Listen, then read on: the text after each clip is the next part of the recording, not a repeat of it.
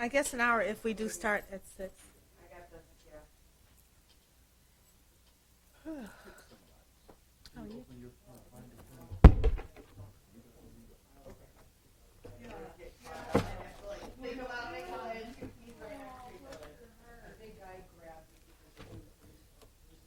You guys go through a lot of paper. Yeah, I always say double-sided, double-sided. I started double-sided. Some of the things that's in there, like God. like 2 of the packets in there are double-sided. But we luckily only have to print that binder once every 4 years. You know what, I never received this binder. I never have either. The first time we did it in 2018, we didn't do one. Okay. It wasn't. Yeah. Oh, we've got a budget now. It wasn't included binders. We paid it out of another general ledger account. So now everybody gets nice money.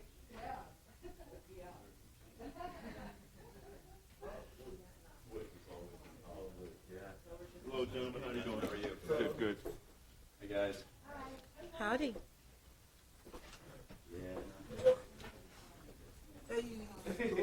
How are you? I'm good. I'm good. I'm good, sir. Good seeing you. Good seeing you.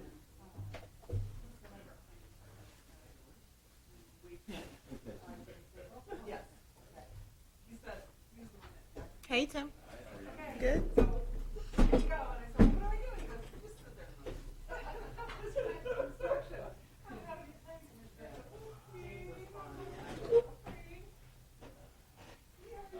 how are you?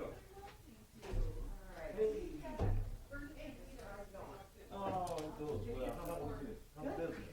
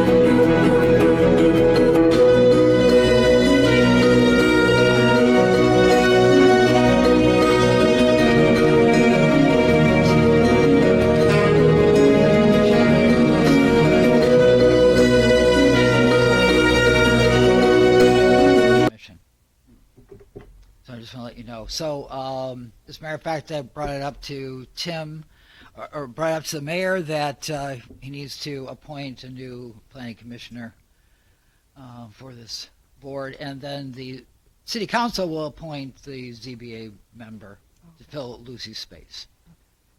Okay. With that being said, we have roll call would be Chair Fegley, Present. Commissioner Duvall, Present. Commissioner Northcross, Present. Commissioner Parlov, Present. and Commissioner Shepard. Present.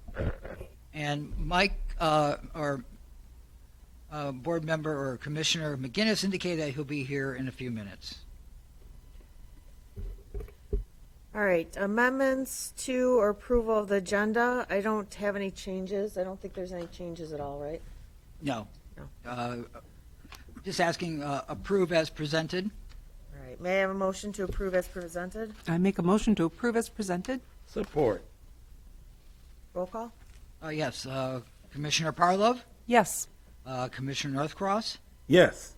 Commissioner Shepard, Yes. Commissioner Duvall, Yes to approve. and Chair Fegley. Yes to approve. Motion passes. Okay, there are no meeting minutes for review. No. Public hearings, we don't have any, so that brings us to new business, 6.1, Planning Commission member orientation. And I would like to have Donovan get in and provide details and updates. A lot of information will be presented tonight. You might have questions as we move forward in regards to how this all works, but I believe with the documentation that you did receive in your folder, plus information you received as part of your packet, should give you a good insight and some good reading when you have a moment. Thank you, Vern. Welcome, new commissioners. This is your second meeting, but my first time seeing you here. So again, welcome. So I'm going to give you two presentations today. The first will be a summary of the binder of information. You may not necessarily have to follow me through it. I'm just going to highlight some of the major points. But if you have a tough time sleeping a night or two, then I would suggest you go through and read it. And then when we get to the other documents, I'll kind of tell you what packet to look in and where you could find that information. All right. So briefly, the very first section in the binder are your bylaws. And essentially what the bylaws do, those are the governing laws for the Planning Commission. You might have already received a set, but we did provide you with a set. And essentially what it says, it mentions the Michigan Plan Enabling Act, the legislation that allows this commission to exist and grants us the powers to make decisions, motions, approvals, and then we'll go over a little later on what those items are that we approve and review. It mentions the mix, the commissioner mix of the board itself. So we have 6 residents plus 1 ex officio member. In our previous administration, the mayor sat in that role. The mayor can appoint a person to either replace them if they don't want to sit on it. So I believe Commissioner McGinnis is the ex officio member in this body. And then it also mentions that planning commission members are appointed by the mayor and approved by city council. So that's just some background. The terms are 3 years from when you are appointed. So it's a 3-year term, and then you're up for reappointment, or you just remain in your seat until you are replaced or you resign. Okay. So just some more bylaw details. The Planning Commission shall select a chairman, which we do every cycle of boards, from among the appointed members, and create and fill such other offices as it may determine. The term of the chairman is 1 year with eligibility for re-election. The Planning Commission shall hold at least 1 regular meeting each month, which we do our meetings first Wednesday, and we do have the option to hold special meetings. Usually me or Vern will send out a communication requesting we want to have a special meeting, are you available this day, and then we'll kind of set it up for that meeting to happen.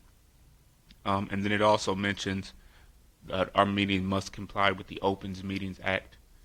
So this speaks to our public hearings, the recording of the minutes, the meeting, and the recording of the minutes. So as I mentioned before we started, we are live every meeting. We are usually live on Facebook. We're always recorded, and then our minutes are also recorded, and they are verbatim. So we have our lovely reporter over in the corner, and she does an awesome job. I'm sure you all read the minutes, and you can see she does a good job on those. So some of the duties of the Planning Commission, the purpose of the City Planning Commission shall be the adoption of a city plan and a zoning ordinance for the control of height, area, bulk, location, and use of buildings and premises in the city. And the cases that we hear kind of reflect those items. One of those being the responsibility of this commission is to make a master plan, which was completed in 2014. I'll kind of touch on that later on. Keep a public record of all resolutions, transactions, findings, determinations. Me and Vern, as your Planning Commission staff, we do all of that for you on the administrative side. So while it's the responsibility of the commission, we kind of do it for you.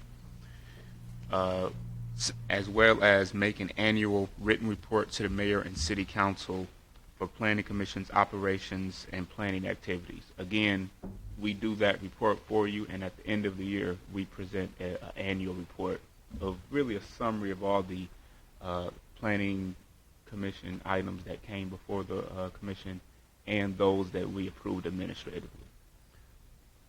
And then it also mentions, we don't do it, the capital improvement program, that was actually exempted from the planning commission, so that's actually not the charge. But if it ever comes up, that's why it doesn't come here. In some communities it's different. Some planning commissions take it up. Our bylaws just exclude the planning commission's role in driving that action. So this is a brief breakdown of the makeup of cases that you will most likely see over your term here. The larger piece of the pie that you see are site plan reviews. Almost every meeting you'll have at least 1 or 2 site plan reviews, and I'll go over later the context and what makes a site plan and where it falls in the process. The second large pie you see, which is the bottom left one, special exemption permits. Often those will come hand in hand with site plans. Sometimes they'll come standalone, but usually they come hand in hand with a site plan, so you'll often see those at the same time. Next, you will see zoning map and zoning text amendments, which also require public hearings, which we'll touch on a little later. And again, zoning map amendments are when we make formal changes to the master plan or the zoning ordinance. Those are 2-part applications. The first comes here, and then this body provides a recommendation for approval or denial, and that is forwarded to City Council. So that's just something that's a little different than some of the other cases. Site plans and special exemption permits, the buck stops here. When it comes for zoning map and zoning text amendments, it actually goes 1 step further to City Council. Next would be what we call alley and street vacations. We don't do many of them, but when they do come, those are when we take land that is under, for lack of better words, ownership of the city, and that land is given back to the property owners that the land was taken from. So in those cases, they're a bit more technical, but we give you all the presentations and the background, so it's not as laborsome to understand what's going on. And the smallest chunk will be miscellaneous reviews, such as the annual report, your meeting schedule for the following year. There are other little programs such as redevelopment readies communities that the commission voted to approve, and you may see a few of those scattered throughout the year. But in bulk, site plans, zoning map and text amendments, special exemption permits, and alley and street vacations are the primary responsibilities of the Planning Commission. The next section, and probably the section that gives the most information, is what's called the Planning Commissioner's Handbook. And I'm not going to go over all of it because it's pretty long, but some of the items that jump out that you may want to reference. One is to clarify the difference between the master plan and the zoning ordinance. So it says on the screen, future land use and zoning are not the same, and often can sometimes be confused. The primary difference between future land use and zoning is a matter of timing. The future land use map shows the intended use of land at the end of a planning period. This is usually between 5 and 10 years.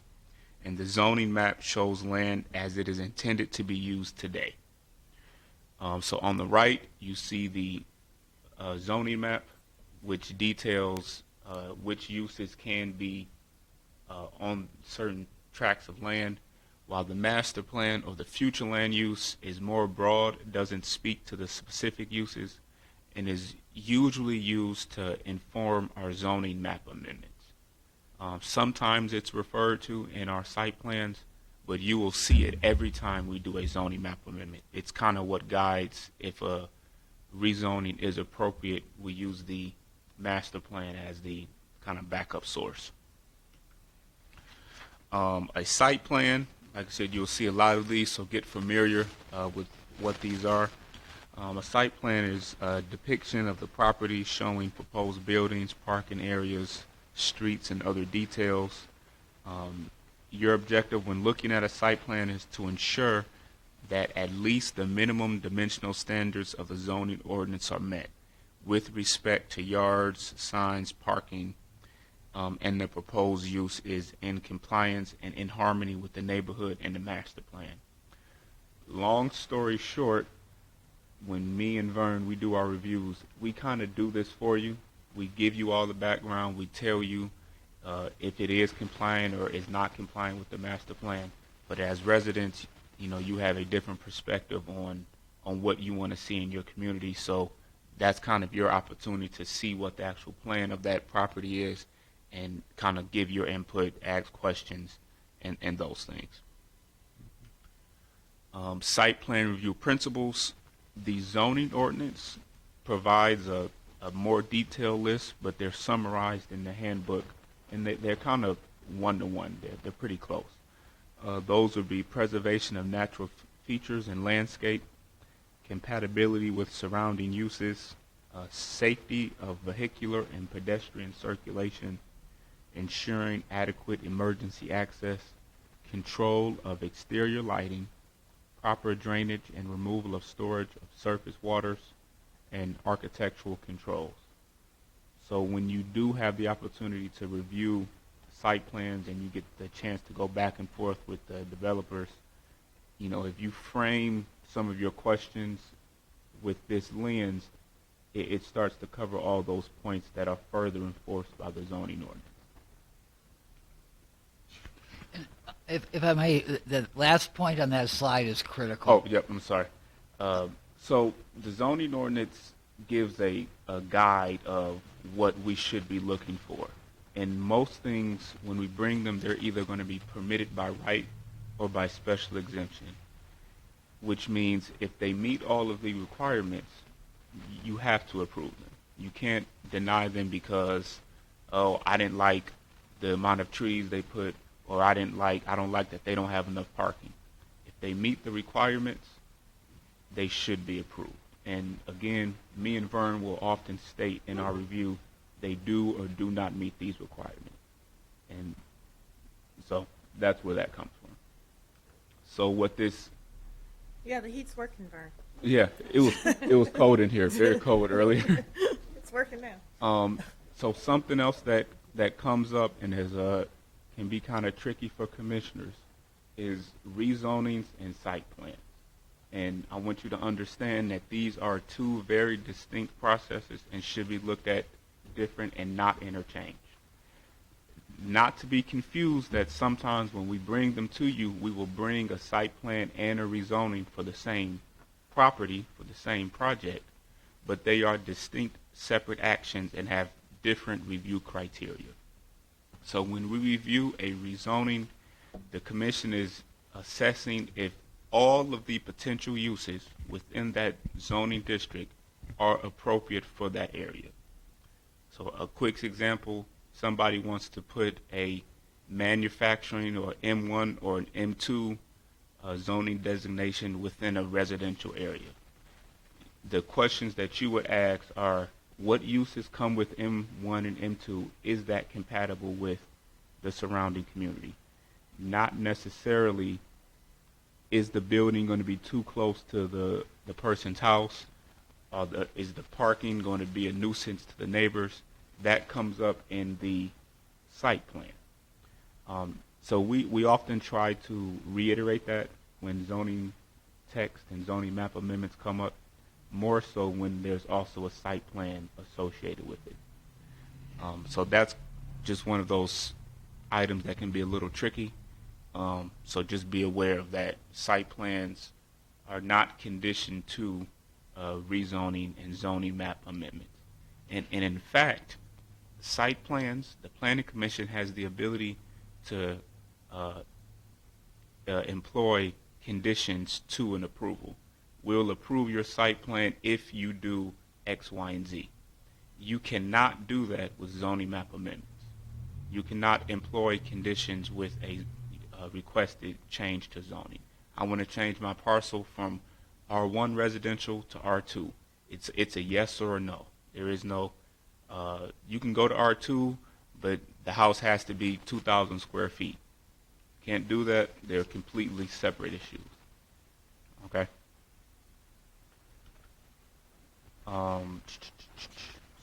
Bearings here.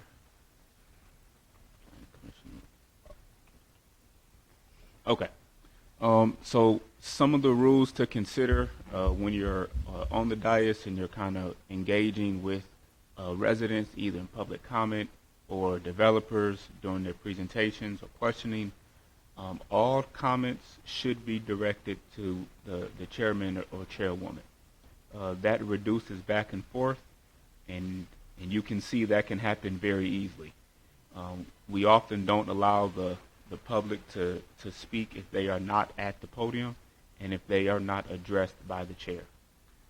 And typically the chair will say, no, you're not allowed to speak at the moment, and they kind of handle that. But it's helpful if the commission, you speak to the developer through the chair, and the chair will speak to you, the developer will speak to you all through the chair. All deliberations should be in the open. Limit speaking time when necessary. That speaks to the Open Meetings Act, that decisions are made in this room and not outside of this room. Conversations regarding the project should happen here and in the open while we're being recorded, video, audio, transcripts. Feel free to express your opinions. That is what your role on the board is, to express your opinion for the developers and the projects they are bringing to you. Do not attempt to always answer every question. Some questions at the moment don't need to be answered, but they should be heard. And we want to be receptive to what people are saying, but do not feel obligated to answer all the questions. That's just, if things get out of hand, take a recess. That doesn't happen too often here, but the chair does have that option that we can take a pause, call to the chair. We'll go to recess for 5-10 minutes as that happens. And then lastly, do not feel compelled to make a hasty decision or a decision today.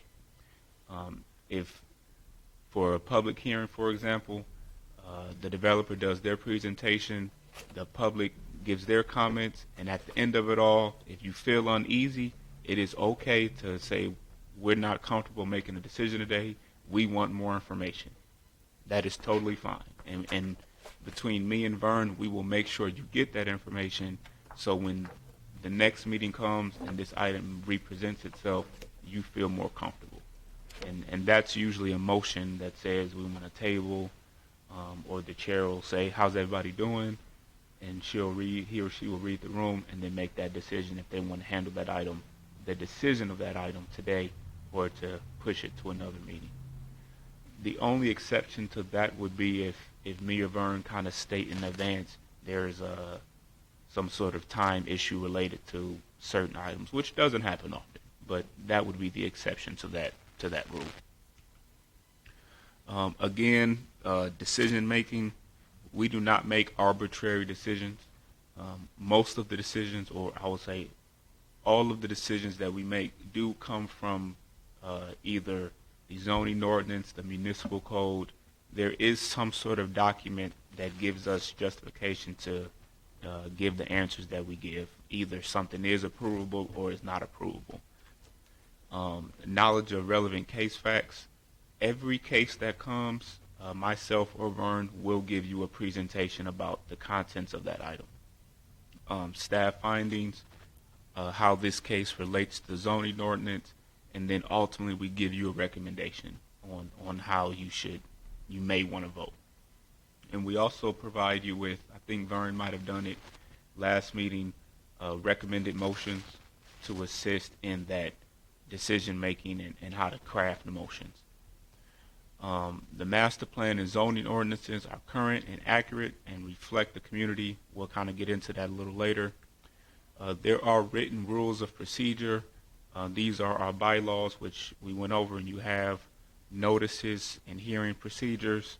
Those come out of our legislative acts, Michigan Planning Enabling Act, Zoning Enabling Act, Opens Meeting Act, Land Division Act, and we'll kind of touch on those also. All zoning decisions should be based on the standards set forth in the zoning ordinance. Again, every case, we give you those.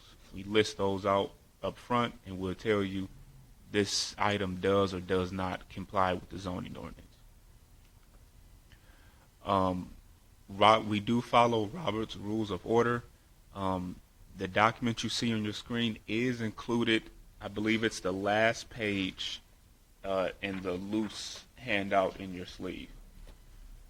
So if you ever have any kind of questions about how to craft the motion that you want to say, or how to, what is the language, that's kind of a cheat sheet. But for the chair, there is also a guide on how to call forth each item, how to start the meeting. And then if you have any questions in between, you can always say, Vern or Donovan, how do you say X, Y, and Z? And we can usually assist you with that on the fly. Okay. I will briefly touch on some of the legislative acts that empower us to do what we do. The Land Division Act is probably the one that we use the least, because not many of those cases come before the Planning Commission. However, internally, we do follow the Land Division Act, which says how we can and cannot divide land in a nutshell. Michigan Open Meetings Act requires certain meetings of the public bodies to be open to the public. They require notices, which we send out. They require the keeping of minutes of meetings, to provide for enforcement, to provide for the invalidation of governmental decisions under certain circumstances, penalties, and to repeal certain acts and or parts of those acts. Yeah. For our, zoning map amendments and also for special land use public hearings, that's why we ask our applicant to submit all that information 30 days in advance, because our announced public notices that go in the open press has to be in there 15 days in advance, along with the postcards of that meeting that's sent out to property owners within 300 feet of that property that's in question. They also have to be postmarked 15 days in advance, so they receive it enough in advance to show up for the public hearing if they feel like it, or they have questions that they may ask. We do get a number of people that come in and have questions or call. We don't seem to have too many that actually show up. It depends on, I guess, how heated or what the objective is, but yeah. So there is, internal type of requirements that we have to follow, plus also the state act to get these items onto our agenda in an appropriate way. Yeah. And then I would also add, this does come up at least once in every meeting, but when there is, like Vern said, a zoning map or a special exemption, it comes up twice. At the end of all meetings, we have what's called public comment, which is where the residents that are still here can come up to the podium, and then they have 2 or 3 minutes for questions or comments. When you have special exemptions and zoning changes, that is a public hearing, which is the same, but it's more dedicated specifically to that item. Often you may have residents that will come up during your public hearing and ask questions unrelated to that item. Usually the chair will say, thank you, that comment is not related to this item. If you want to come back later. During public comment, that's where we can receive that information. So that's when that comes up during the meetings. The Planning and Enabling Act codifies the laws to provide for planning and the creation of the Planning Commission. So the reason why the commission exists today is because of the Plan Enabling Act that happened in Michigan that allowed municipalities to create this body. Excuse me. Madam Chair, do I have to, if I'm excused, do you still need quorum? Because, yeah. Before. see Because what- my mom is having, it's a medical. Yeah, go. Oh, And for the record, Vern and everyone, quorum is 4. So as long as we have 4, we have a quorum. Yes. Yep, so dovetailed to the Planning Enabling Act is the Zoning Enabling Act, which allows for the creation of the zoning ordinance and master plan and the enforcement of land use through zoning. So the reason why I can say, or we can say, you can't build that house on a parcel zoned M1 is because of the Zoning Enabling Act. And we are the enforcers of the Zoning Enabling Act. So next would be the City of Pontiac Master Plan. Our master plan was adopted in 2014. And again, it is the proposed long-ranging vision of what we think or envision our city should be. Our plan is kind of comprehensive. It's not strictly just on land use. Sometimes it goes into more the social aspects of what's going on in the city, programs that we are active in, which we'll kind of touch on a little later, initiatives that the city is taking forward. It's not always specifically just what will the land be. It's sometimes just more comprehensive than that. The master plan usually is a joint effort between your city council, planning commission, the zoning board, historic district commission, the executive office, and planning and zoning. And then you could also include the public, because they also have a role in participating and providing input on that process. As I mentioned earlier, the planning commission, we usually refer to the master plan when we're discussing rezonings and zoning map amendments, because we use the proposed future land uses to reinforce if the change in zoning is or is not appropriate. And then last, these plans are typically updated every 5 to 10 years. Ours was 2014, so we are approaching the time where we might want to start looking at our master plan and taking into consideration, do we think it's okay? Do we think it needs to be adjusted? And if it does, what does that look like? And that's a back and forth conversation between planning commission, staff, executive office, council, kind of all of the above. The zoning ordinance, as mentioned, it regulates and defines the permissibility of uses. So where can you cannot put a gas station? Where can or can you not put a firework factory or home? That's what our zoning ordinance does and how to do it. And it also sets the administrative processes and policies for these items, such as site plan review, special exemption, zoning text amendments, street and alley vacations, and zoning compliance. This document is also updated every 5 to 10 years. Zoning ordinances can go a little longer. Another big difference between your zoning ordinance and master plan is you often have more updates to the zoning ordinance over its life. So in a situation, we could potentially update the zoning ordinance every month with a different case or a different text amendment, where the master plan will likely not get changed for once every 5 to 10 years. So that's another one of those big differences. And the last few slides in this presentation, we do have a planning process, so I'll kind of just go through it briefly so you can see where planning commission kind of falls in play with planning and zoning. So when a developer or someone who wants to bring forth a project in the city, when they express that interest, they start off with myself or Vern with what is called a pre-application meeting, where we kind of look at the idea, from a high level, kind of say, yes, it's possible here, it's not possible here. We verify zoning and its preliminary appropriateness to the ordinance.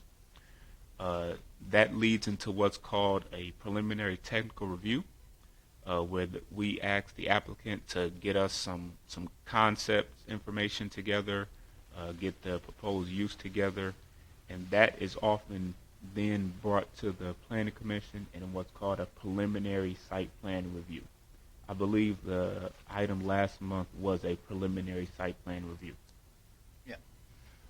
So what that is, it's not a full site plan. They usually come at about 30 to 40% complete. But the reason why we bring you preliminary site plans is because often they want to know, before I spend money on engineering and architects and landscaping, does the city support what I want to do?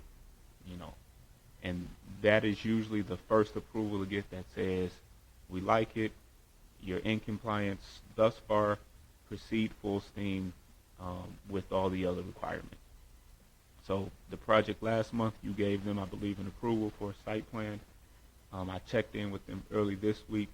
They're happy, they're excited. They've indicated they're going to start their engineering and getting us full plans, elevations, materials, all of those things they were kind of holding back. So when they do come back, they can present it to you formally. Public hearings and community engagement. We encourage that when a project may have a potential impact on the local community, that they do some form of community engagement or public engagement. If there is a public hearing where we do a notice of 300 feet from that property, that public hearing is done here, but it is often encouraged that they do an engagement with the community, usually before or at least after that public hearing, just depending on timing, where we are in the month, where we are in the meeting, where they are with their plan. Once those items are done, after the commission gives a preliminary yes, they do their community engagement. They usually take all that information and they go back to their office. They fine-tune and massage their plan, and then they submit a final site plan. At that time, staff, myself, or Vern, we will review that plan, and we will bring it back for your final vote, and it may come with conditions. This is for final site plan approval, pending they get their Waterford fire approval, pending they get their engineering approval, pending they get their building department approval. When they meet those approvals, then we issue what's called a final site plan approval, which means they're done, all their entitlements are complete, planning is happy, Waterford Fire Department is happy, DPW engineering is happy, you can start building your project. And then that completes the planning process. And that's the Planning Commission in a nutshell. Commissioner McGinnis, would you like me to start over? Well, welcome.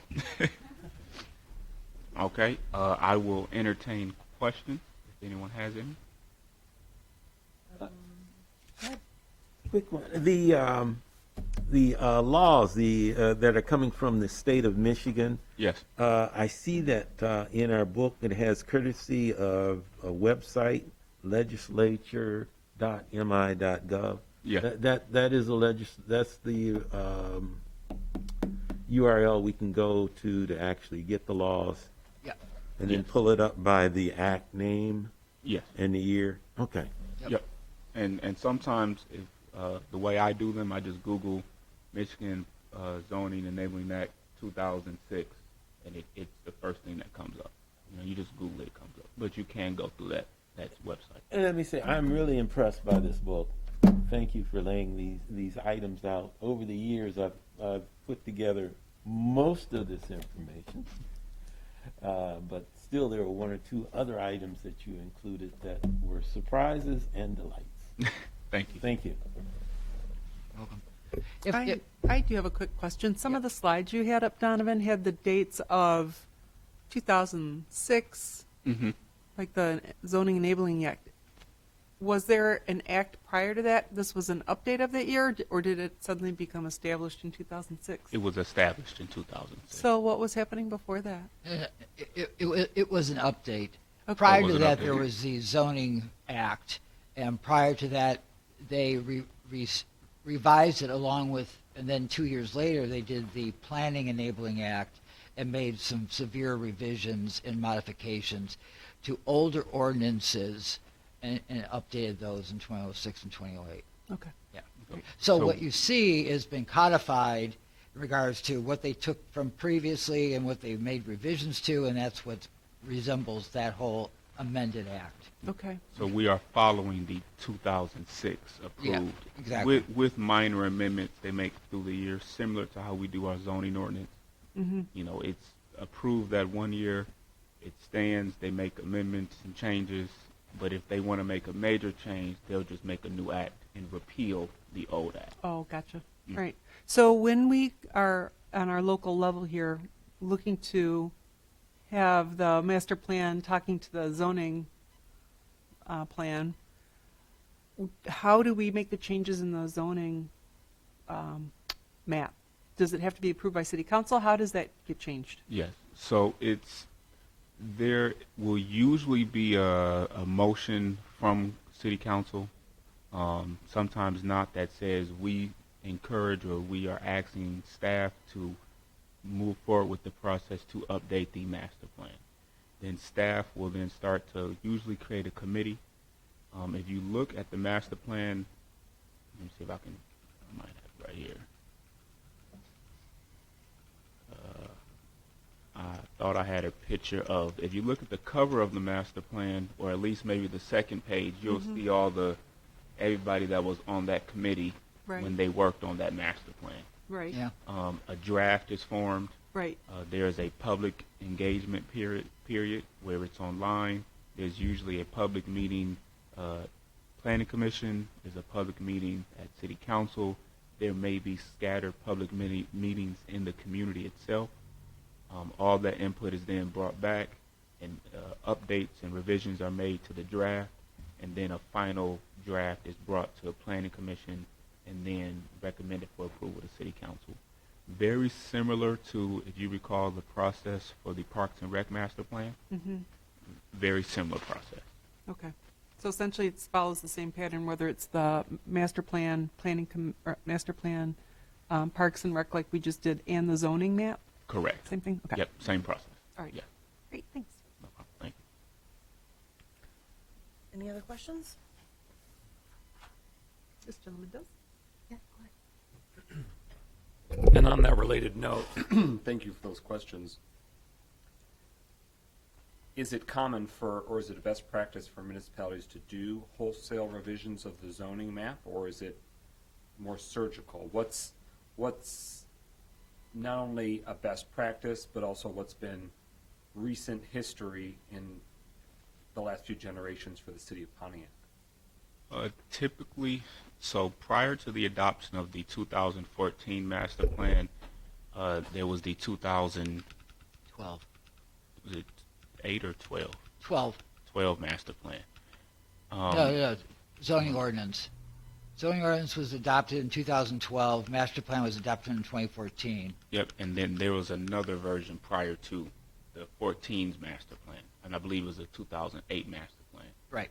And when you read the forward of the master plan, it states that this is almost a major overhaul of what was done previous. So sometimes it is a grand throw the whole thing away, start over. Sometimes it is minor changes. And it really depends on what's going on in the city at the time, what's going on with the environmental climate at the time. And you can also make the decision based on the types of cases that came before the Planning Commission throughout its lifetime. So if you have a lot of zoning map amendments, that is an indication that your zoning map may not be a true reflection of what the city's direction is. If you have a lot of changes to the zoning text, it may say, that may be an indication that you might want to look at your zoning because it keeps requiring changes. or if you have just a lot of discrepancies between what's actually happening on the ground versus what the zoning map says. It may lead you to say, we just need to update the zoning map. And then I would also add, throughout the year, we do zoning map amendments. The map currently is 2014, I believe. If you pull up the city zoning map in the corner, I believe the last update of that physical document was 2014. Since then, we have done probably now close to 100 zoning map amendments between 2014 and 2002. That number might be a little high, but the point is that map isn't necessarily accurate anymore. So it probably does warrant an update to the map, but at the same time, you want to take into consideration, do you also want to, does it ask for an update to the master plan also? And that's more of a conversation between everyone who's been involved over the time period. There has been ongoing discussions as relates to taking, because of that plan that was adopted in 2014, there are some variations of that should be reflected in the zoning map. So we are right now determining and trying to figure out what makes sense in regard this year particularly, and moving forward in regards to what should be done first, second, third.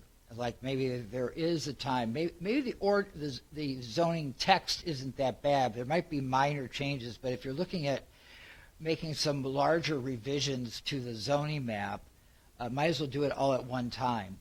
What that allows us to do is, particularly if you're affecting the zoning of less than 11 parcels, you have to notify all those people within that 300 feet from those parcels. If we decide to make changes over 10,000 parcels of changes, we just have to publicly notice. We don't have to go into that.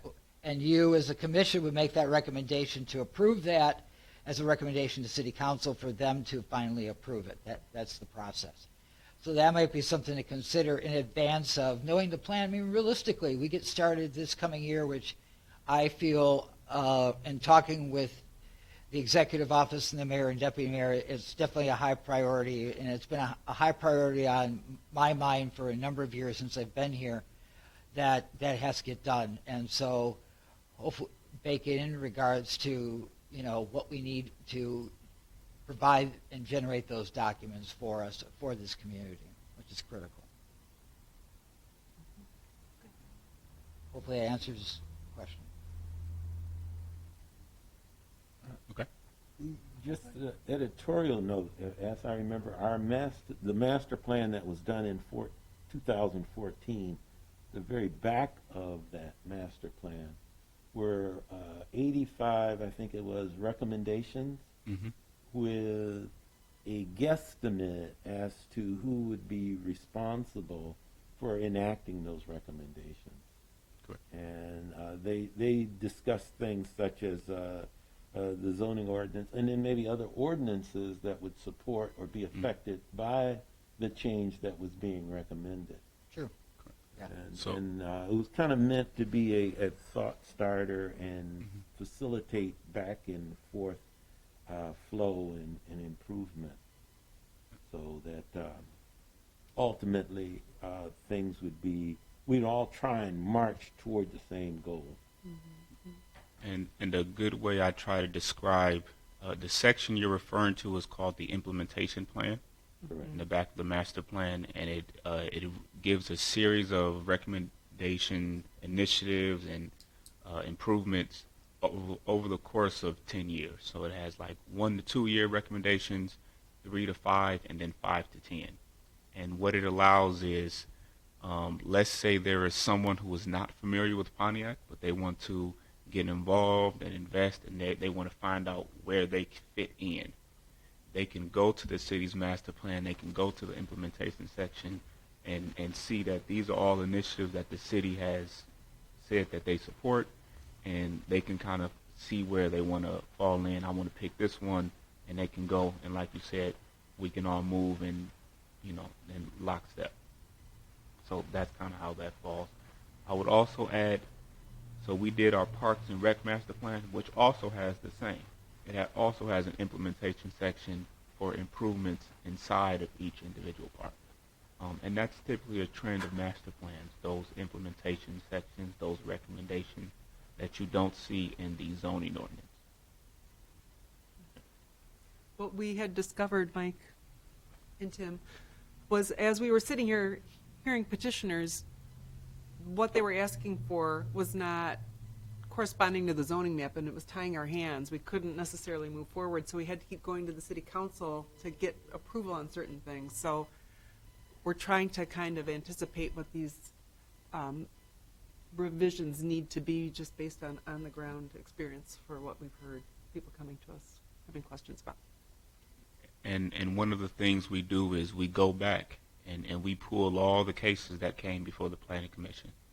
And you'll see some changes in the upcoming months where we started to go back and see some of the things that we've approved, and we just ask does this warrant a change to zoning?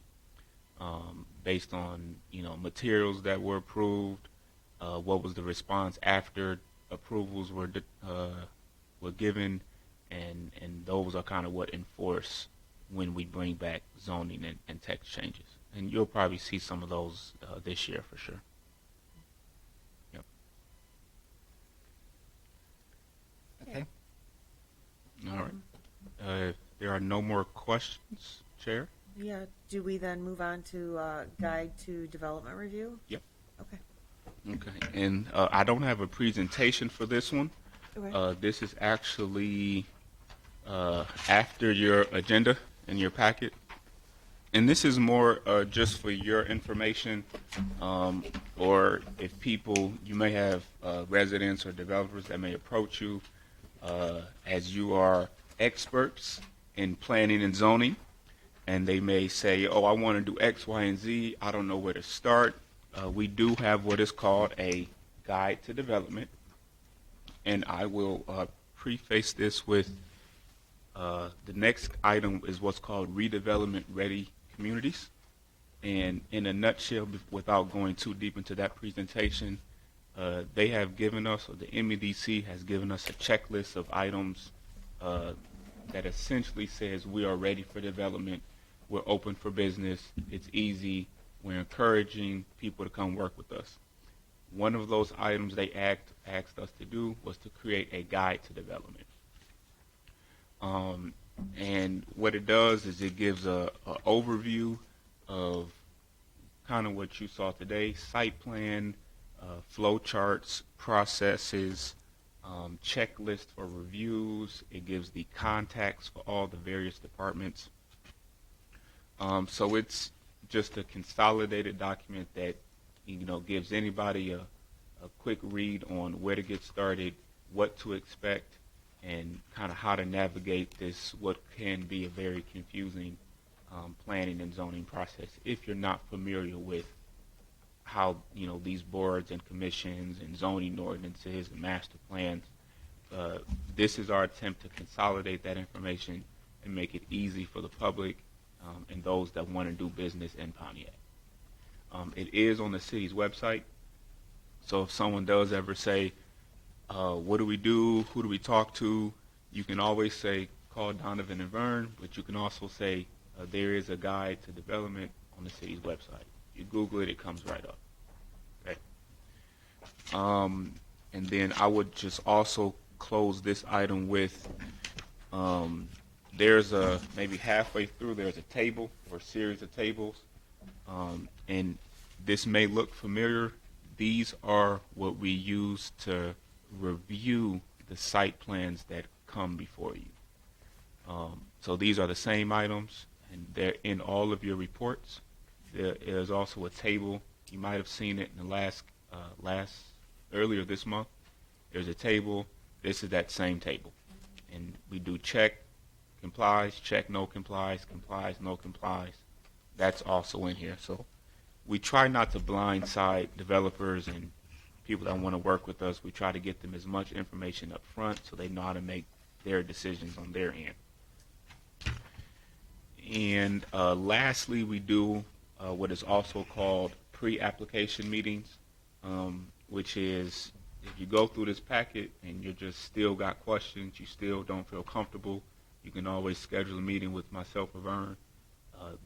There is a portal on the city's website where you can fill in your information, and it schedules a meeting.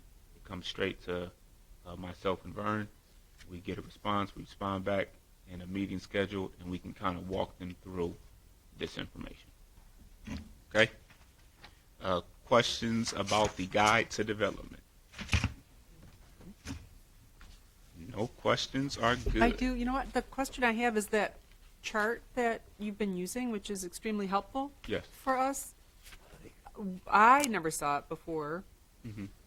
You brought it to us. Where did this beautiful little tool come from? Is this something you had internally, or is it a state document? It is actually inside the zoning ordinance.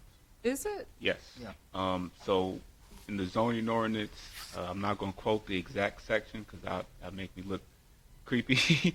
But there is a It's section in the chapter as relates to site plan review. Yep. Okay. Yeah. and it's all there. Those items. Because there's different levels of site plan. There could be a sketch plan, Right. there could be an administrative site plan, or a full site plan. So yeah, it just gives them an indication. I would say that even though all this information is out there on the website, they still will be calling. They want to talk to somebody. They just want to know. They just want an email. And I just ask them for an email, and I just send it out to them. They just want a quicker response. They've already probably done their due diligence. They just want to verify a couple of things. So a lot of it is just really on the phone a lot, so, Yeah. which is good. So, and the next question is when can I get on my planning commission? And I tell them you can't come in. You have to get your information 30 days in advance of our meeting to give us time to either publish or get the documentation in, and we'll see. And it also depends on the agenda. For the May meeting next week, not too heavy, but a pretty complicated project will be coming in for you, which you'll see when you get your packet here later this week.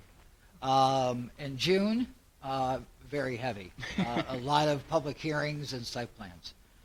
I guess between want to gradually, get the commission of all the commissioners used to meeting and getting a good back and forth amongst themselves, so they can understand kind of what is expected of them as applicants come before them. So we've been holding back a little bit.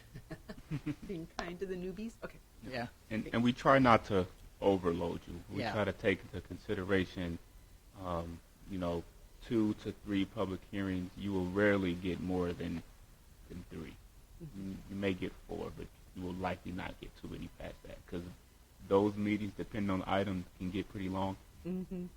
Public comment just is usually what drags them out. But we try to take that into consideration.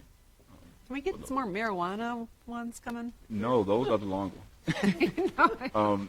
But the more accurate answer is for the uses that require special exemptions, the marijuana uses that require special exemption, you will see those Okay. once their license is awarded through the city clerk's office, and the site plans that also are new constructions, you will see.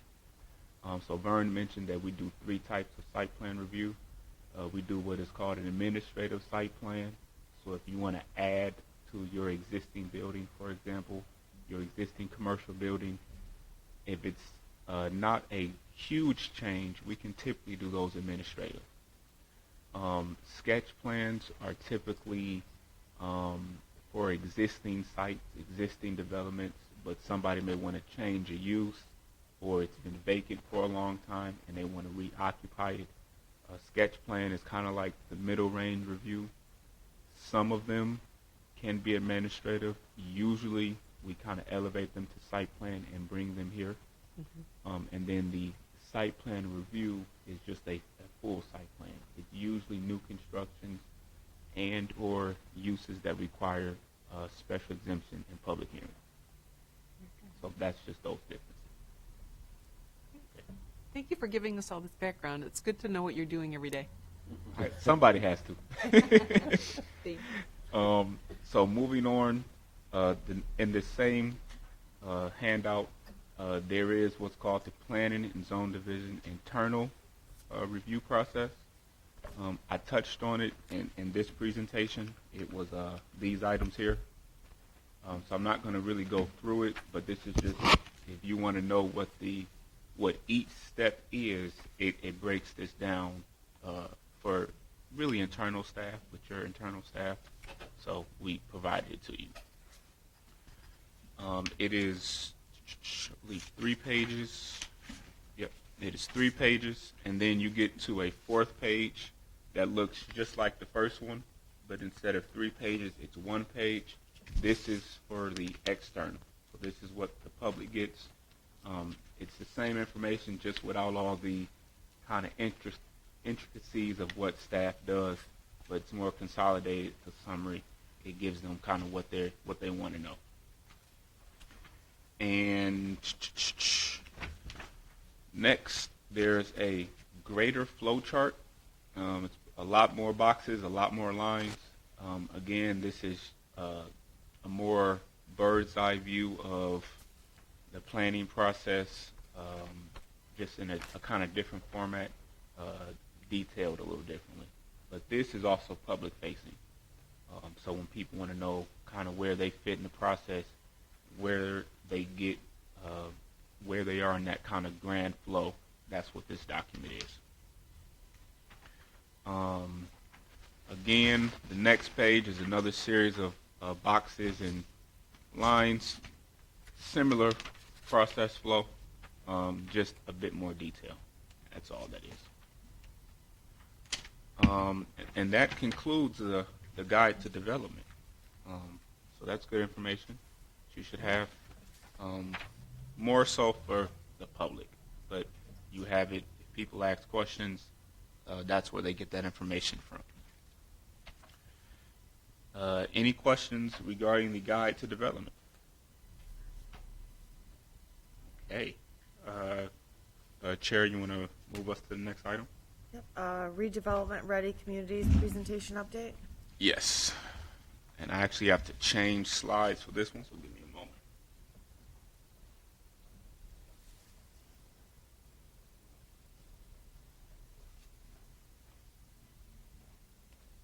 So we did, as part of Redevelopment Ready, it was a few weeks ago, we did have Elizabeth King present to City Council in regards to the program.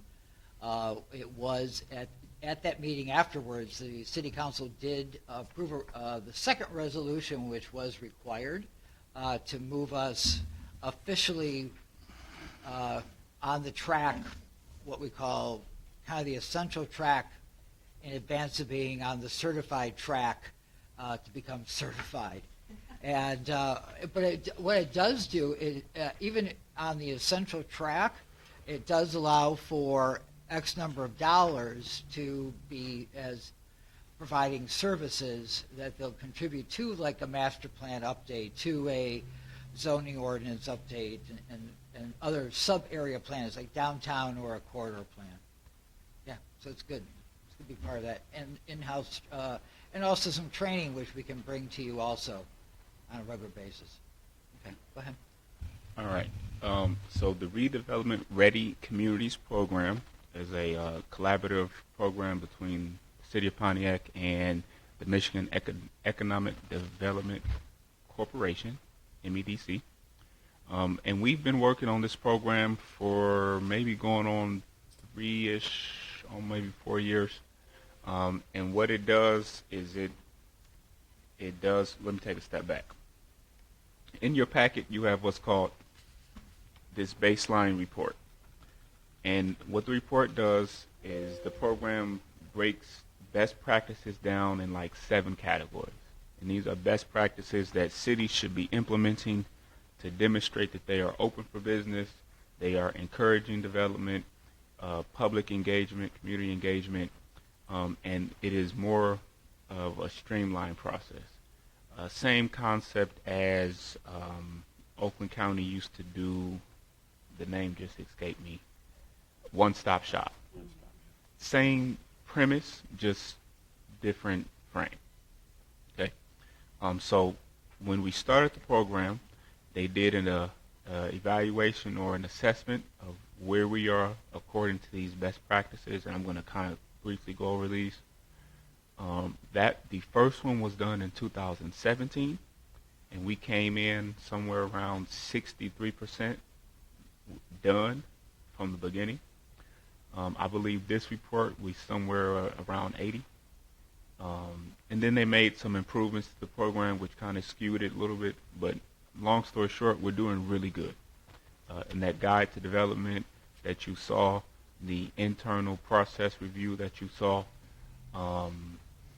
all came out of participating in this program. Okay. The board, the orientation binders that you all received came out of, that was one of the items they asked for. Does your board have orientation binders? In 2017, we did not. So the first set came actually in 2018, and that was one of the items that we just checked off the box. Okay.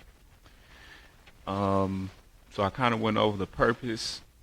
The main thing you want to know about in this slide is when the program started in 17, there was just one track. It was just everything was to be certified. In 2019, they made a change and they created what's called Redevelopment Ready Communities 2.0, where they just created two tracks. One track was more convenient for larger cities, which would be the certified track, and the essentials track was more suitable for smaller cities that didn't want to do a full immersive dive into the program but kind of wanted to move at their own pace. We kind of fell in the middle of both, but right now we're on the essential track. So that's kind of what that speaks to. And all of this information is in this baseline report.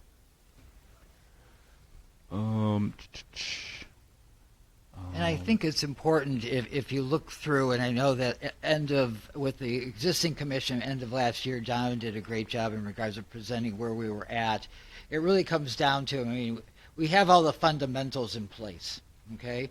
The question becomes is in regards to looking at our master plan update, looking at our ordinance, looking at formally a policy in regards to public engagement, those types of things that we really haven't done that yet. And certain plans that will take a little bit longer because of what we have been working on for the last, since I've been here almost 4 years.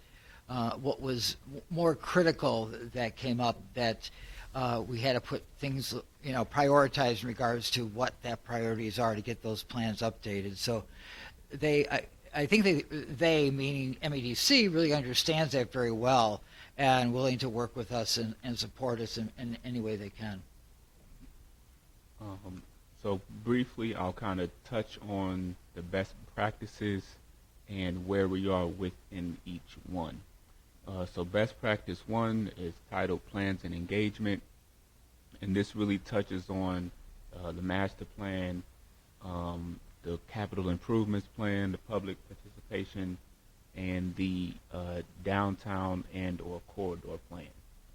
So for context, the white boxes that you see were in Redevelopment Ready's Communities 1. Then they migrated it to 2, and you can kind of see they just consolidated some of the items to make it less confusing. Same best practices, they just consolidated the actual benchmarks items. So at least in this category, you can see where we are with that item. 1.1 master plan, that's kind of one of the things we say we want to work on. The downtown and corridor plan, we don't have one. Let me say that's not true. We have one, but it's not the one we're using. We're looking at getting an updated one. The capital improvements plan I mentioned doesn't fall under the responsibility of this body, but it is something that is a best practice for cities. The public participation plan we did complete, and that was done sometime around 18, early 19, and that's a document that we have internally. Zoning, again, you see they kind of updated some of those items and consolidated some. The first would be master plan alignment, which is, does the zoning ordinance align with the master plan? And that gets to your question, Commissioner McGinnis. How much of an update needs to happen to bring the master plan in alignment with the zoning ordinance? And that is one of the items that we are looking at to get completed. Let's see. That says concentrated development. We did that one. Housing diversity. So these items, what they did is they looked at our zoning ordinance and they asked, did it hit these boxes? Did it align with the master plan? No. Did it encourage development? Yes. Did it allow for a diverse range of housing types? Yes. Did it have flexibility in parking? Yes. Our ordinance allows land bank parking, which is landscaping now, parking later. So it does allow flexibility in parking. Does it encourage or support green infrastructure? It doesn't mention green infrastructure at all. So that would be one of those zoning text amendments you may see in the future. We may add a section to the ordinance that is just titled green infrastructure. And it starts to look at those items, which would then be applied to all the projects that come after. And then the last one would be, I can't read that far. Vern, can you see that last one? Last one is user friendliness, and we've been approved for that. Yep. And I will say, I've looked at a lot of zoning ordinances in a lot of communities. I think Pontiac does have one of the most easiest to read and digest zoning ordinances. If you read Detroit's, your brain will melt. So it is very user friendly. Development review. You see we do very well in this category. We hit all the boxes except one, which is Feedback. continuous feedback. How people or the community or developers can provide feedback to us saying, hey, I can't find this information. Where can I find it on your website? Is there certain days that you have pre-development meetings scheduled? Well, actually, we do. We have it on Thursday mornings, but we probably don't publicize it as much as we should. That type of thing. So. We do get a lot of feedback at the end of all of our meetings, all the developers. So thank you, everybody. You've been a great help. We love to do business with you. The opportunities where that can happen outside of this meeting. Well, we don't advertise those. But most of the other items in terms of development review, the fees, the guide to development, the point of contacts, we actually do very well in that category. Boards and commissions, I kind of mentioned this. Recruitment process, we have those processes in writing internally. Expectations and skill sets, we don't advertise those as much. Certain bylaws outline them. The historic district does a good job of saying we need an architect, we need a resident from this area, from this district, but they are the only bylaws that explicitly do that. Orientation, as I mentioned, the binders that we did not do prior to 17, this process is kind of what kicked off us having these. So there are orientation binders for Historic District, Zoning Board of Appeals, and Planning Commission. Bylaws, we updated everyone's bylaws. Training strategy, that's one of those items we're still working on and working on ways to codify. The PC annual report, you get those every year. We're pretty good at those. And the last one, which is something we may start doing this year, or at least once a year, is a joint meeting with City Council and Planning Commission. That might happen when we do our annual reports. I think that's going to be when we do those joint meetings in November, December. But that's something we need to kind of just put in writing and make it an actual long-standing thing that we have those joint meetings. And I think particularly in regards to when you start looking at zoning ordinance updates and master plan updates, we're going to be spending quality of time with our other boards and commissions. So we've been asking for that for a while, haven't we, Christopher? And I have a question when that happens. Mike, are you going to jump from seat to seat? Depends on the seating arrangement. And It'll just give you a swivel. we have not figured out the exact format of how that will happen, whether it will be a city council meeting that planning commission comes to, or there will be a planning commission meeting that city council will come to, or will it be a formal combination of the both? We haven't figured that out just yet, but we'll have it figured out by the time we get to that meeting. Promise that. Okay. Economic development and marketing. This is an area that we are kind of actively working on. We don't have an economic development strategy. We're working on our incentives, and we don't have a marketing plan, so to say. But these are items that you'll see later come up in what we call our planning initiatives. Yeah. And I think it's important. I mean, obviously, with Lynette Phillips, our Economic Development Director, she understands this very clearly. So we'll be working very closely with her from that aspect of it in regards to our plan, our downtown plan or corridor plan, and those types of documents, and same thing with marketing. So that is definitely on our radars coming up to facilitate that. But there is, what was the Pontiac Moving Forward plan that Oakland County did that is still viable. It's a good plan in regards to priorities and these pillars. I would say what's lacking is in regards to, it's been a while since it's been done.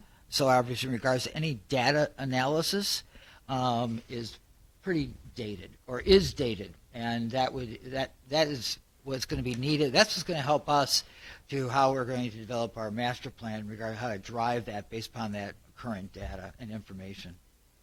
And to piggyback that, something else that drives changes to the master plan is the census data.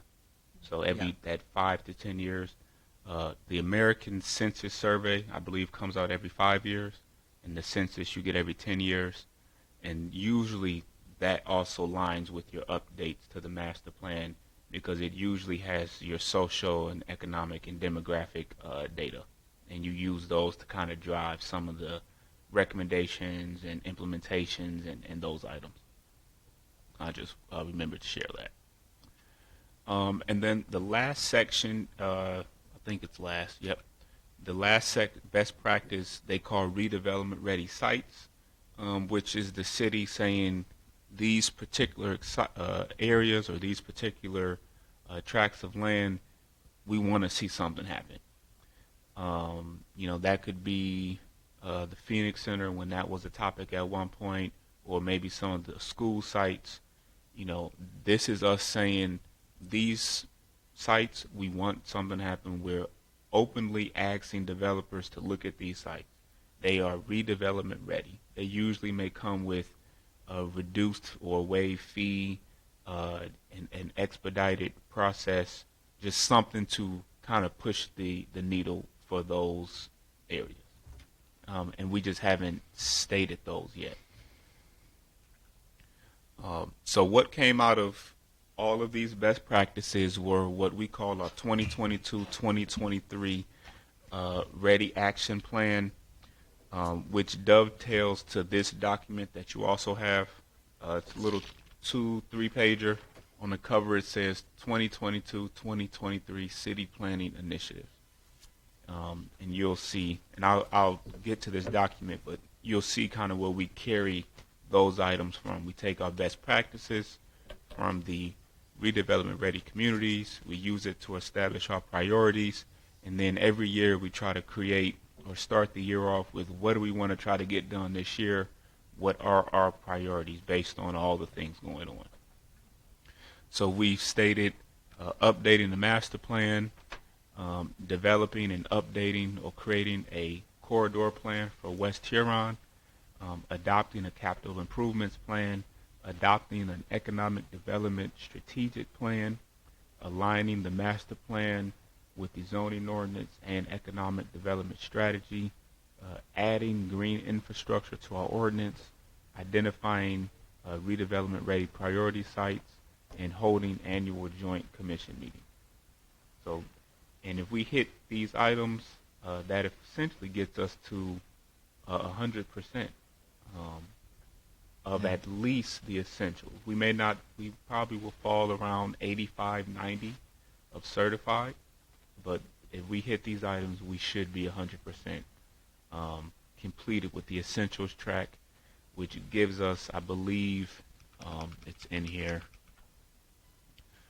in the bottom where it says funding parameters. I'm sorry, the print is small, but the essentials track gives us $10,000. The essential track looks like we can request up to 20,000, and if you're certified, you can request up to 30. You get the remaining 10, and you get It's 20 in the first tranche, and then an additional 10 to complete Oh, it. you don't So get it's 50? Okay. 30 total. Yep. Okay. So, That's good. and that's the technical assistance funding to help us kind of do some of these items. And I'll be, and as we know, actually on Monday, May 2nd, the mayor is submitting his recommended budget. And we've been, various department divisions have met with him initially on, and there'll probably be further meetings. And obviously with council being actively involved in that process, I mean, we've, there has been, hopefully, certain budget adjustments to allow for additional staffing and also dollars for consultings to be brought into the process to help us on jump-starting this even faster than what we were hoping or can expect to get done in a shorter period of time. Actually, next Wednesday at your February 4th meeting, we're having the first thing on the agenda is a special presentation, actually on the West Huron Corridor Plan. The MSU practicum class finished up the study, and they will be here to present a special presentation to the Planning Commission. It's virtually incredible in regards to what this group put together from an analysis standpoint, recommendations from West Huron, from Woodward to Telegraph. Yeah. So, stay tuned.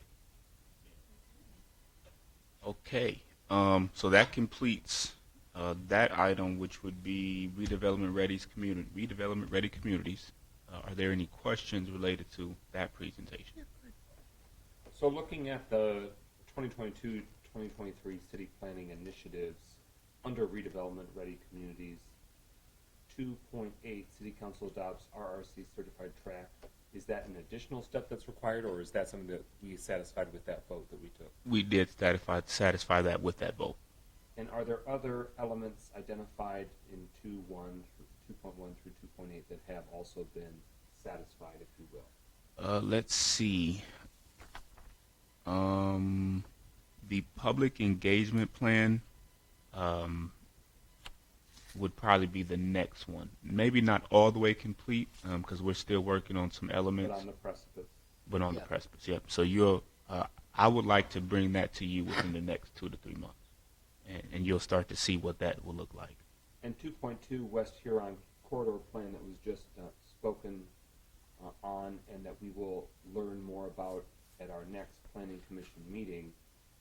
With that submission, is that essentially accomplished, or is there other steps that will be taken to sort of make it real and make it viable? Yeah, I believe, it provides a very good base of information that we would then take and, put it into maybe, I could see it as more, it becomes a great appendix to what we would put together as that West Huron Corridor Plan. Yep.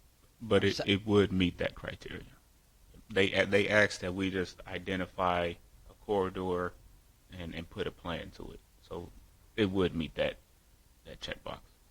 So is your department interested in, though, basically putting more sort of with that, that's one element, but that you want to take some additional sort of from the municipality, other elements that you'd like to see for the corridor improvement? I would say yes. I would say a little, some more maybe as part of public engagement and those aspects. We have a good base of information that we can take, and then take that information from the analysis and data that they've collected to start to generate. And they do make recommendations in that plan, but I think it's just a matter of prioritizing and maybe embellishing and further be more specific in regards to how we can make revisions to our ordinances and so forth to accomplish the goals in that. And also, more importantly, obviously, as we know, They're part of Main Street West Huron corridor from Johnson to Telegraph is now within Oakland County's Main Street program. And, how does that dovetail in regards to their plans and initiatives? And I think that'd be important to elaborate more as part of that, whatever plan we put together for that area. Thank you for that, and I think you hit on something really important, that these sort of corridor focuses can be really right for community engagement because it's really concentrated. Rather than saying, hey, citizens of Pontiac, neighbors, come out, and what do you think about everything? Yeah. What do you think about all 20 to 21 square miles? If you're able to sort of hone in to say, this particular plot of heaven, this particular stretch, what would you like to see? What are what are the challenges? Here's some feedback that we've done some studying, but what is sort of that visioning process, which then can scale up and be really useful for master plan Oh, yeah. processes, rather than once we go through the master plan process or other similar type sort of comprehensive wholesale processes, being able to have it be really focused and localized, I think might bear more fruit, and you can target who you're inviting and recruiting as well, so that way that audience or that neighborhood that has a real affinity or passion and lived experience of being in, near, or owning property in or near a certain part of our city, it could be useful and then can be incorporated into the more comprehensive. Yeah. And it was interesting, and starting to work with them, they took the corridor, we talked about Woodward to Telegraph, and they understood that, but then they started saying, well, how deep do we go north and south? And they had almost like a mile north and south. I said, no, I want you down into feet. I want you to be like 300 feet on both sides of the corridor. Really what's impactful in regards to that commercial development and residential development, and what's there, and what are you trying to preserve on the residential side, and what opportunities there might be on the commercial side. And they were able to narrow it down, and getting down to some pretty significant numbers of interest in regards to, based upon census, getting down into further details. I made them work a little bit harder than what they were expecting, because they were just thinking everything's going to be on census tract and it was going to be easy to find that data. I made it a little bit hard for them, and they achieved it. That was good. But more practically meaningful for not only the city of Pontiac, but for them and their future work experience. Exactly. Because that's what you're going to really contend with. Yeah, exactly. And something else that you may see when we do our master plan update is the inclusion of one Main Street. I don't believe it may be mentioned in our current master plan, but it's not expounded on. That may come up in that master plan because we have two, downtown and west, the Huron corridor.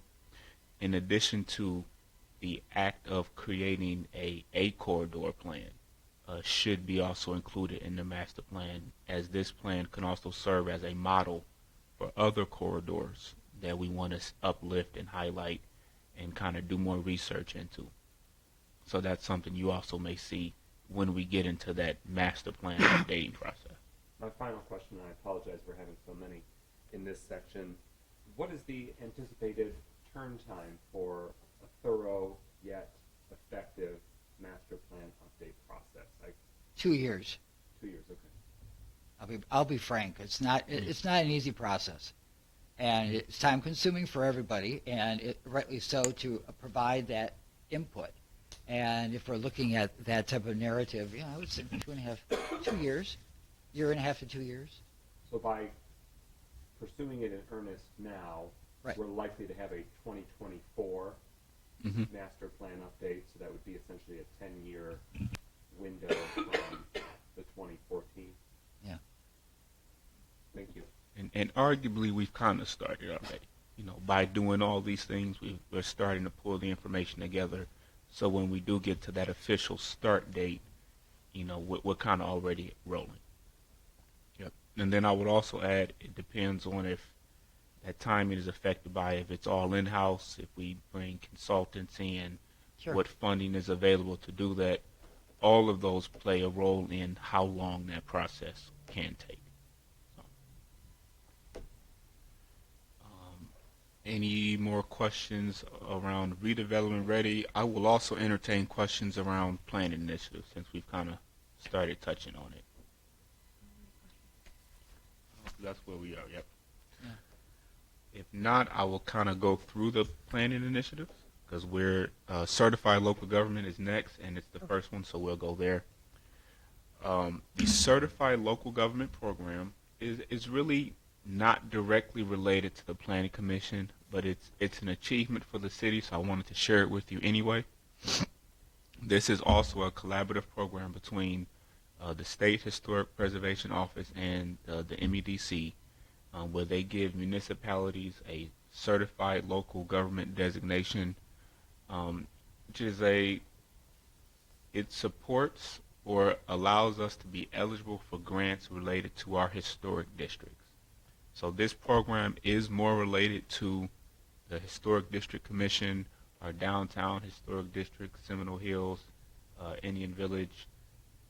That's really what that program speaks to, and it just allows us to get grants that we would otherwise not be eligible for surveys, for improvements to some commercial buildings in the downtown, for training, for what I'll say pamphlet materials, educational materials, training.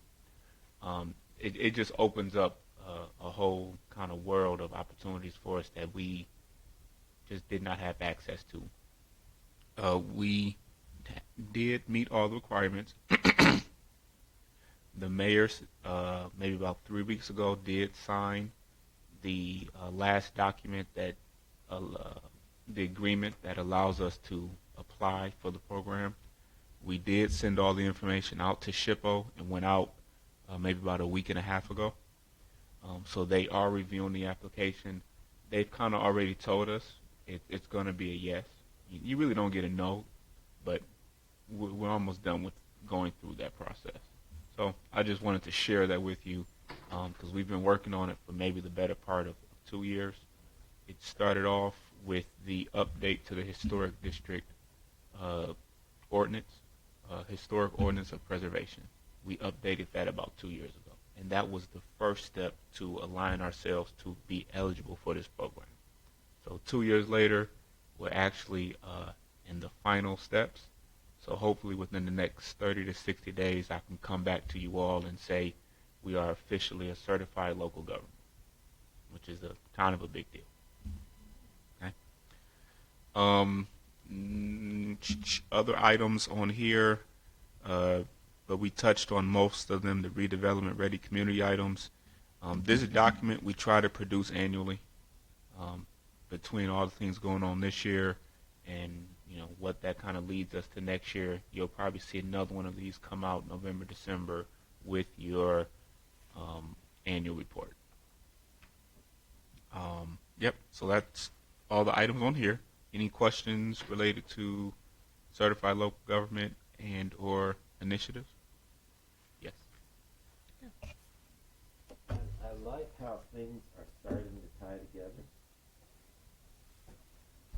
I like how things are starting to tie together. Question. It looks like a lot of this information does reside somewhere on a computer. Is it possible to start putting in more hyperlinks?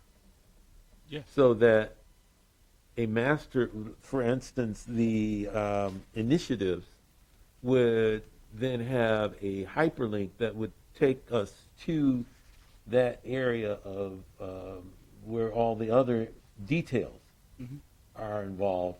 And maybe we jump toward more of a digital type presentation as opposed to paper. I would agree. I think we can transition to a more digital. This was just the first set we did, and we've kind of implemented some things where we are going more digital. If you recall, your packets that you get in your emails, you're starting to get hyperlinks in those cases because the cases are getting bigger. Yes. Developments are getting larger. Plans are becoming more complex, and getting it all in one email is is starting to not work anymore. Okay. So we are slowly kind of getting more into the digital side of things, getting things more via hyperlink, via links. So yes, that is possible. Great. Great. Yep. And I think it, along with some of the workflows, Mm-hmm. that would also be another area that would allow one to understand what's required to go from one point in that workflow to another point. Yep. Really. But this is great what we're seeing right here. Thank you. And then I would also add, on the website, they're not done yet, but redevelopment ready will likely become its own section on the website, so everybody can kind of see what's going on. Once we get that badge that says City of Pontiac Redevelopment Ready, you'll see that on the website. Same with the certified local government. It'll be a badge and kind of gives the detail, and it'll say City of Pontiac, accomplished X, Y, and Z, and we'll start to market and showcase those things that we have not done before.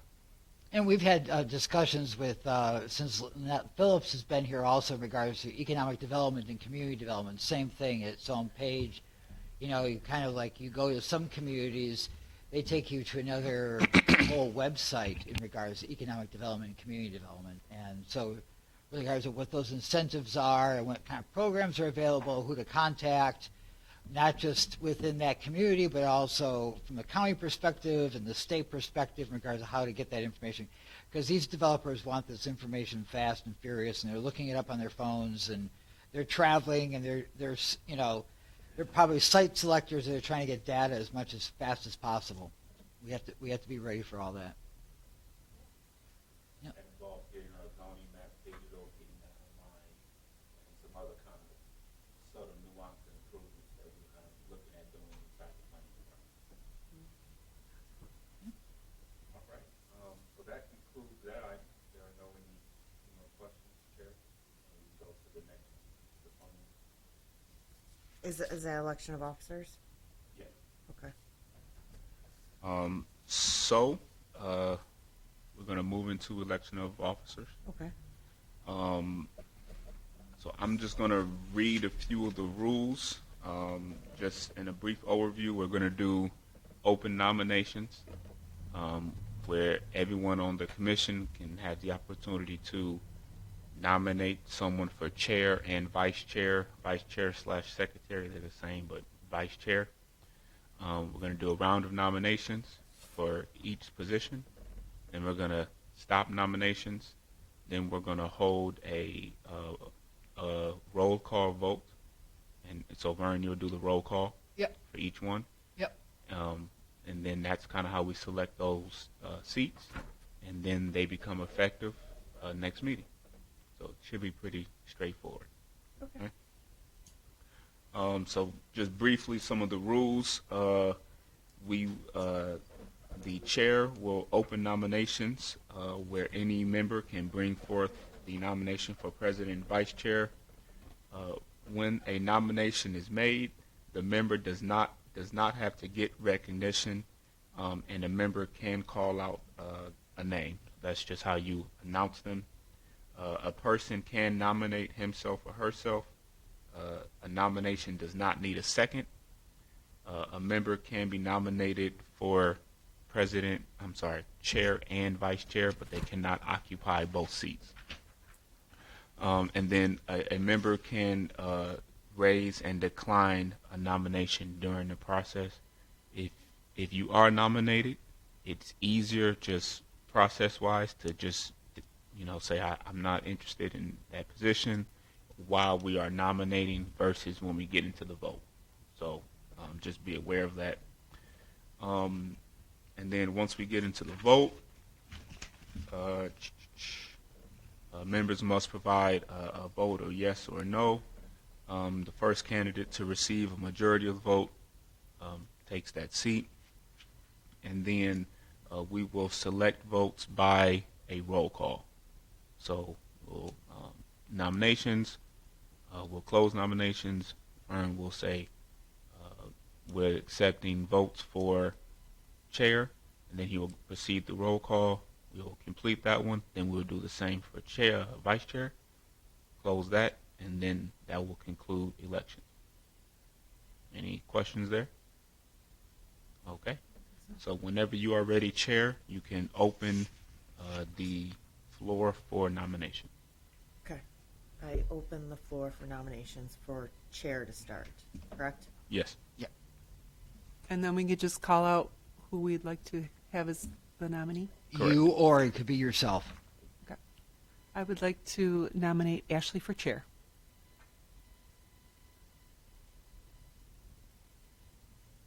Is there Anyone else that would like to? Is there other? nominate? Do we second? Do we? No, there are No, no, you don't no have to second. second. The names for what? If there's other people that you would like to consider for chair, we should hear it now.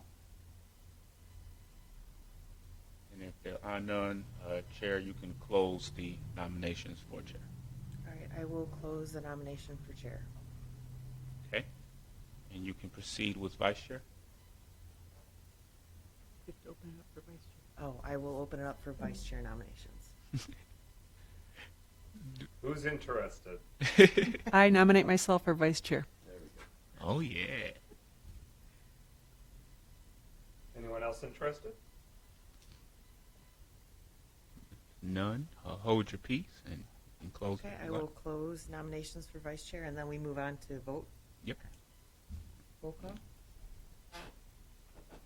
Okay. Okay, so we're going to be voting for the chair of Ashley Fegley for 1 year. We're looking at Commissioner McGinnis, Yes. Commissioner Northcross, Yes. Commissioner Parlov, Yes. Commissioner Shepard. Yes.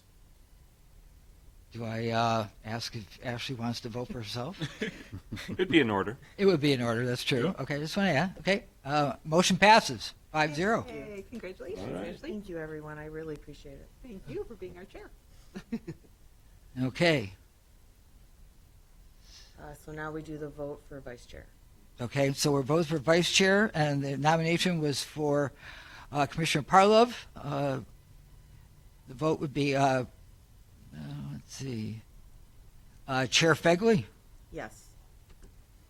Commissioner McGinnis, Yes. Commissioner Northcross, Yes. Commissioner Shepard, Yes. and Commissioner Vice Chair Parlov. Yes. Congratulations. Good. Thank you, team. Wow. Thank you. Co-chair. Thank you both for your willingness to fulfill those roles. Yeah, thank you. And Okay. that concludes my new business item. Should I open for public comment? All right, I will open for public comment for this evening. And I do not believe there to be any public comment. The one comment, and this came across, there is a online forum being held for the candidates running for the Charter Commission that's to occur tomorrow. Tomorrow at 7 o'clock. The information on this forum can be found on the Northern Oakland County branch of the NAACP, and I've also put a flyer on my Facebook page. So this is something that's just come up. I just came across it, and I said, okay. If you, Commissioner Northcross, if you were to email that to myself or Vern, we'll kind of leave some out on the counter in the planning office. I will do that. Just briefly share on behalf of the City Council, since our last Planning Commission meeting, the most planning-related item that has come before the City Council was that on April 16th, we had a presentation from the Michigan Department of Transportation in terms of the Woodward Avenue, essentially the Woodward Loop reconfiguration project. And so much more to come, but they gave us a very initial broad sense of what are the next steps and what would be anticipated. It would be a very lengthy and laborious process, but it will have a very direct and long-lasting impact on planning, land use, and redevelopment of our city, including our central business district. So as that unfolds more and we have something more concrete from the State Department of Transportation, including additional feedback opportunities, I will relay that to the Planning Commission as well. The other updates from the City Council, I believe I gave to you at the most recent Planning Commission meeting, but if not, it already came up here that we did affirmatively adopt the resolution adopting redevelopment-ready communities for Pontiac. Thank you. Yep. All right, if there are no further comments, we're gonna close public comments, and may I have a motion to adjourn? I make a motion to adjourn. All in favor, say aye. Aye. Aye. Aye. Thank you, Thank gentlemen. you, everyone. Thank you both. Thank you both.